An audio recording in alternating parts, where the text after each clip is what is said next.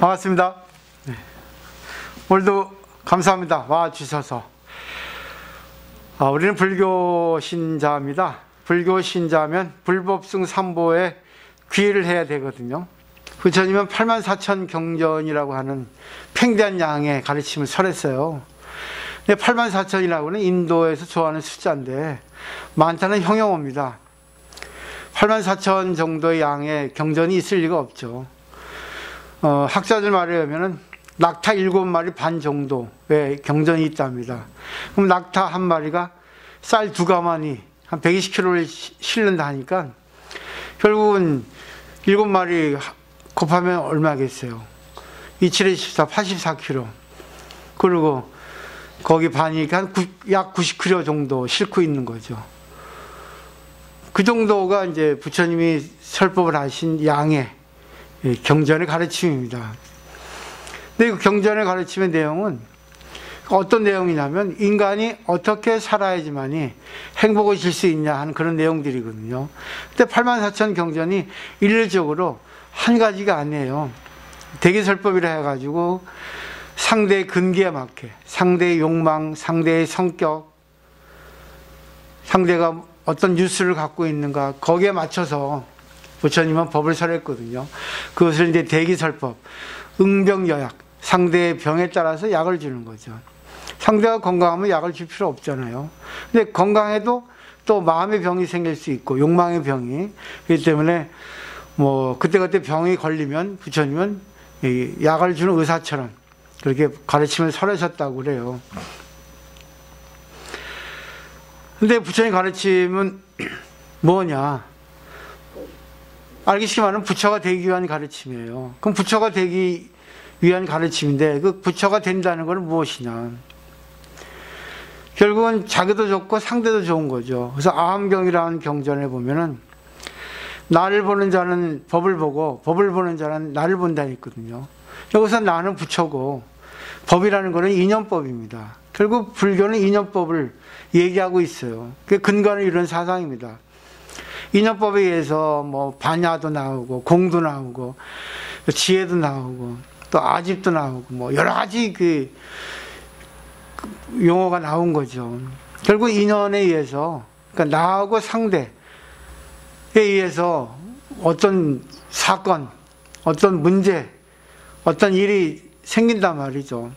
거기에서 어떻게 관계하는가에 따라서 고가 되기도 하고 또 열반이 되기도 하거든요.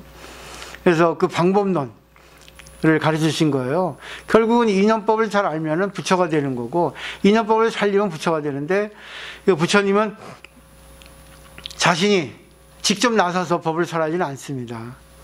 부처님은 화현이라 해서 몸을 바꿔요.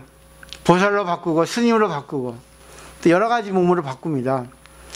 관세음 보살을 보면은 33가지 몸으로 나툰다 했어요. 그러니까 결국 관세음 보살은 하나의 몸이 아닙니다. 또 법화계 묘음 보살 품에 보면은 묘음 보살은 34가지 몸을 나툰다 했어요. 또 법화계 야간 보살 본사품에 보면 야간 보살은 현일체 색신 삼매를 한매 들어가서, 현일체 색신 삼매가 뭐냐면 어떤 사람에 따라서 나타나는 삼매거든요. 그러니까 야간 보살은 중생이 병에 들면 그 병에 걸린 사람에 맞게 여자면 여자, 남자면 남자 이렇게 변신해서 그 사람에게 약을 준다는 겁니다. 근데 이걸 잘 생각하셔야 돼요. 그 33가지, 34가지 그리고 여러 가지 몸을 나타내는 그런 보살들이 좋은 입장만은 아닌 거예요. 좋은 모습은 아닌 거죠. 그래서 관세음 보살을 보면 11면 관음보살이라는 보살이 있거든요. 아마 들어보셨을 거예요. 그죠? 11개의 얼굴이 있습니다. 앞에 3가지 얼굴이 있고, 왼쪽에 3가지, 오른쪽에 3가지, 그리고 정상에 부처님 얼굴, 그 후두부에 크게 웃는 그런 또 상이 있어요. 그래서 전부 해서 11개입니다. 그러니까 인간의 괴로움, 인간의 아픔에 따라서 부처님은 몸을 낮추신다는 거예요. 그러니까 전부 다 열애입니다. 열애의 낮춤이죠. 그러니까 거기 보면 정상은 열애상이에요. 웃고 있는 병귀신. 뒤에는 크게 웃는 포각하게 웃는, 비웃는 듯한, 허탕하게 웃는 듯한 그런 모습이에요. 근데 거기에서 우리가 뭘 느끼냐면, 부처님은 화를 내는 모습으로도, 슬픈 모습으로도, 여러 가지 모습으로 나타나는데, 그 본체가 부처님이라는 겁니다. 그러니까 우리가 인연법을 잘 알고자 한다면, 내 앞에 나타나는 상대를 보라는 거죠. 내 앞에 나타나는 상대가 부드러우면, 아, 이 모습으로 나를 지금, 나에게 뭔가를 가르쳐 주는구나. 또 흉악하게,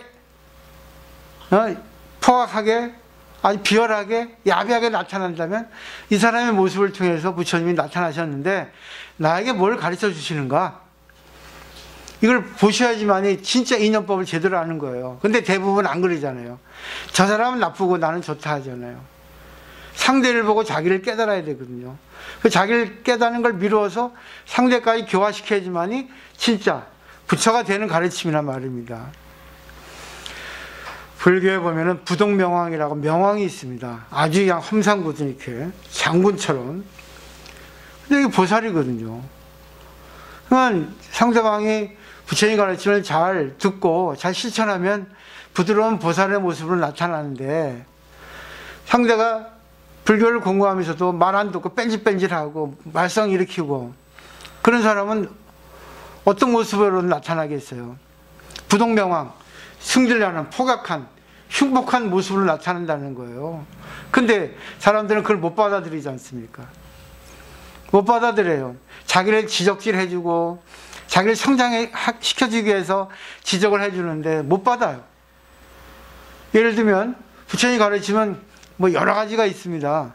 근데 가장 알기 쉬운 거는 이제 욕심을 줄이고 감사하면 알아라. 이게 소욕지족이잖아요. 또 공이라는 것도 나를 비워라.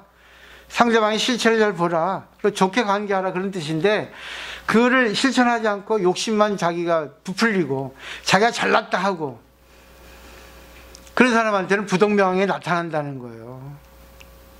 얼마 전에 어떤 보살님이 그렇게 수행을 많이 했는데, 저는 가짜였어요. 전 대충 알았지만은 그래도 구제해 주려고. 내가 무슨 건방이 구제해 주겠냐마는 내 역할이 스님이지만 보살의 역할이거든요. 그렇잖아요? 여기 있으면서 내가 그냥 형식적인, 그냥 이론적인 불교학만 설법을 하면 안 되지 않습니까? 일상생활에서 그거는 안 좋습니다. 이렇게 하셔야 돼. 저렇게 하셔야 합니다. 그런 게 있어야지만이 되는 거죠. 그러니까 어떨 때는 부드러운 보살의 모습으로, 어떨 때는 화를 내면서 그럼 되겠습니까? 고치세요 하는 부동명왕의 모습으로 나타난다는 거죠. 근데 대부분 다 보면 못 받아요. 오늘의 인연법 한번 잘 보세요. 내 앞에 나타난 사람이 관음보살의, 아니 부처님의 화신이란 말입니다. 나를 힘들게 하는 저 사람이 나를 성장시켜주기 위해서 저렇게까지 나한테 힘들게 한 이유가 뭔가, 나를 바꿔주기 위해서, 나의 본 모습을 꺼내주기 위해서. 부처님의 자비다. 이게 바로 진짜 불교의 가르침이에요. 근데 그거를 받아들였을 때 내가 부처가 되는 겁니다. 그러면 내가 깨달았으면, 아, 내가 저 사람을 위해서 지금 나한테 이렇게 업을 줬는데, 현상의 모습은 이제는 내가 저 사람에게 좋은 연이 돼줘야겠다. 저 사람의 입장이 돼서 저 사람을 좀 맞춰주자. 저 사람은 억지를 부리지만 또 저 사람의 입장에서 그게 맞지 않겠는가? 그래, 이제는 저 사람이 해달라는 거, 억지 부리는 것도, 아, 네, 그렇군요 하면서 내가 정말 관세음보살 아름다운 이렇게 모습을 통해서 저분에게 좀 다가간다면 저분 마음속에 있는 불성이 활짝 펴서 웃고 있지 않을까, 나오지 않을까. 진짜 저는 이렇게 하고 싶어요. 진짜 불교가 무엇인가. 뭐 다 이론을 알아요. 근데 진짜 불교는 실천을 해야 됩니다. 근데 실천이 안 돼요. 상대가 한마디 하면 두마디 하잖아요. 지기 싫어서. 분명히 상대는 알고 있는데. 그럼 나 공부하는 사람은 그래요. 아, 저 모습으로도 나를 가르치는구나. 그러면 뭐 가만히 있는 거죠. 어떤 방편을 써야 될까? 그러면 또 이제 뭐, 어떻게 하겠습니까? 무건이죠. 아무리 좋은 가르침을 가르쳐도 받아들이지 못하는데, 거기서 내가 뭘 또 하겠어요. 기다리는 거죠. 그 사람이 깨달을 때까지. 그 이런저런 방편으로 관계하는 거예요. 그 나타난 상대, 나타난 어떤 현상, 그런 것들은 부처님이 그걸 통해서 나에게 뭔가를 가르쳐주기 위해서, 성장시켜주기 위해서 하신다는 그런 방편이라는 것. 그걸 꼭 한번 가슴에 깊이 새겨서 오늘부터 한번 실천해 보시면 좋겠습니다. 마치도록 하겠습니다.